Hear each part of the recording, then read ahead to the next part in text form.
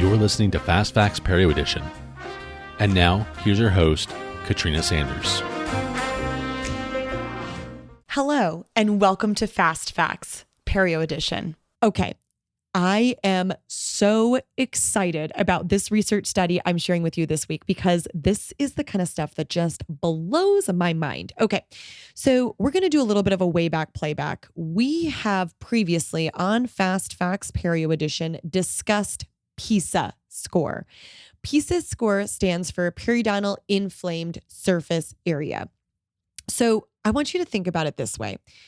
Let's pretend that you have a patient, you will, in your column who has, I don't mean to laugh, but it's true, just based on the prevalence of disease, you'll have a patient in your chair who has periodontitis.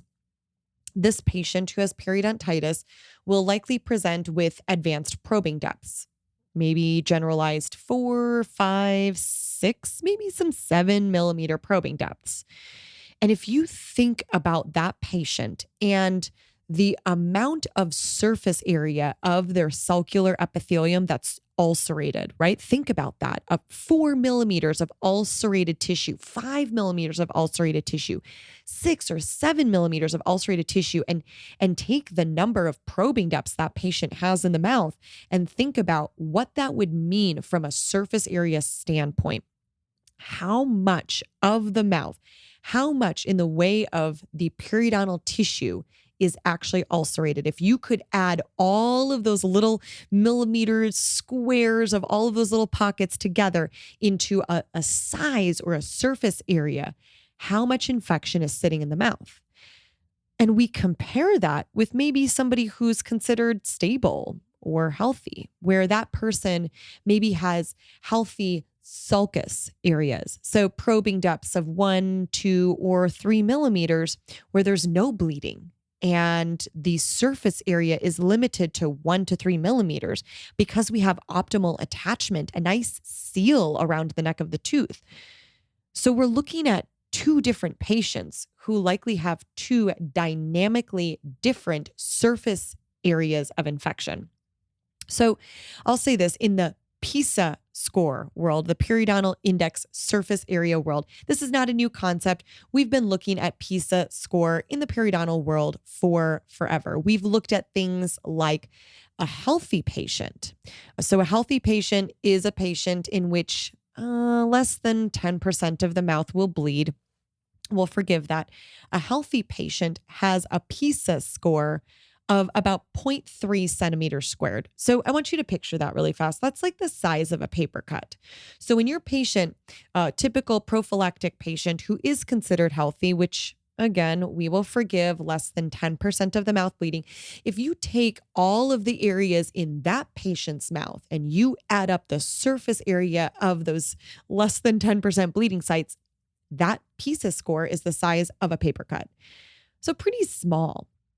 And then as we start to see patients begin to graduate or move into advanced layers of disease, we see that patients will have large PISA scores, 10 centimeters squared, 30 centimeters squared.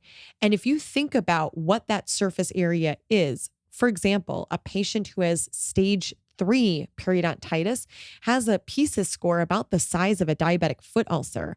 A patient with generalized severe chronic periodontitis has the PISA score that the size of a large necrotizing fasciitis on the back of a patient's arm. So when you take a look at these PISA scores, really what it does is it helps to quantify, in a way, the amount of disease that's sitting in the patient's mouth.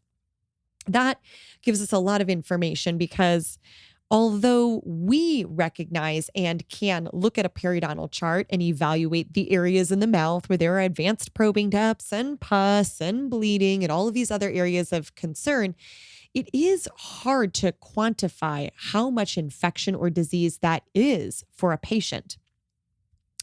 So this concept of PISA score has been a terrific way for us to be able to correlate or quantify the amount of disease. And interestingly enough, a case report research study had been done comparing the PISA score. So again, that's your periodontal inflamed surface area score of diabetics, and comparing that PISA score with diabetics who have periodontitis when compared with non-diabetics with periodontitis. And what they were really looking at was the correlation between hemoglobin A1C and PISA score. So this is where the results of this study, to me, provides an incredible amount of data that really corroborates how critical periodontal assessments, critical periodontal diagnostics and planning and evaluation and subsequent maintenance is when it comes to our patients who have systemic conditions, particularly diabetes. So here were the results of this study. It was concluded that there was a direct relationship between PISA and HbA1c scores. So when the periodontal inflamed surface area increased, there was an exponential increase in HbA1c levels.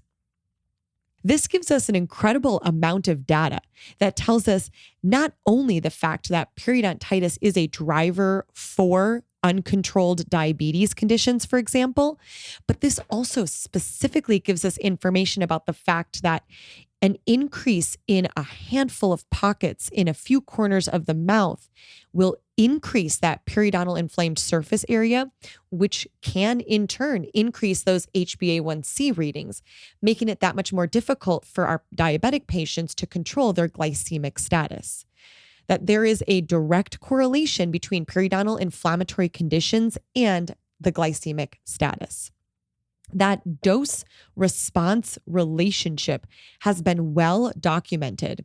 And it should be noted that while PISA can easily be calculated during routine perio charting, and it is in many perio practices across the United States, that it provides an indication of the level of periodontal inflammation from a quantitative standpoint, and subsequently can also offer us a potential correlation in glycemic status.